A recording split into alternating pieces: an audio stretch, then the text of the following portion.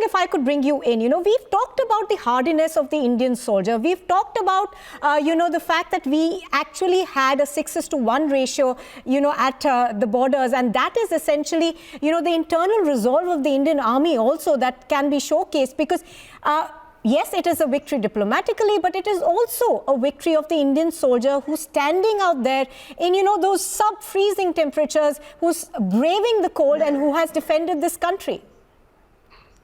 No, firstly, let me go, logically. Was it expected? Yes, something was expected after the snow melts. Well, were they in a position to carry out an offensive? In depth, no. That was never the objective of China. Not possible. Not possible with 500,000 troops there. Or say at least at least more than 1 lakh troops there. Not possible at all. So what happened? What happened was, as Brigadier Mahalingam rightly pointed out, that we outmaneuvered China. We know what in military parlance what is called, we made their position untenable. And this is what happens in mountains. So, he rightly said that once we occupied the,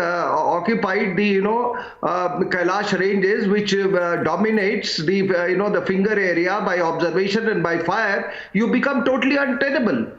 Then either you open and you carry out an offensive action in some other area to relieve the position here, or you just withdraw. So it was a brilliant maneuver by the Indian Army. And I also admire the Indian leadership for having sanctioned this. I have some inside knowledge about it. The second part is that in the first place, the Chinese they can never have an objective in the depth. That is impossible. Impossible.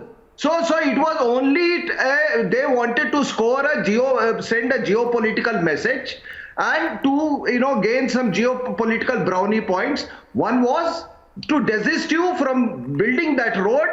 From Darbuk to Dibio, we continued building with that road.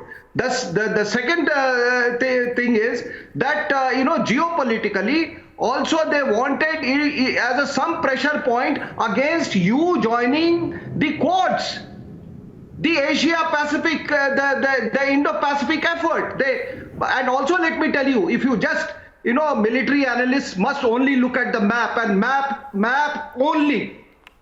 We are not concerned about what is happening in politics in China. But if you look at the map, the Americans and India have no option but to be a part of Indo-Pacific. Whether it is Biden or it is Trump or maybe Kamala Harris comes tomorrow, she cannot change the concept of pivot of Asia, because that is what politics dictates. So therefore, I would request everybody who is in this business of analysis, just look at the map. Just look at the map, and the map will tell you everything.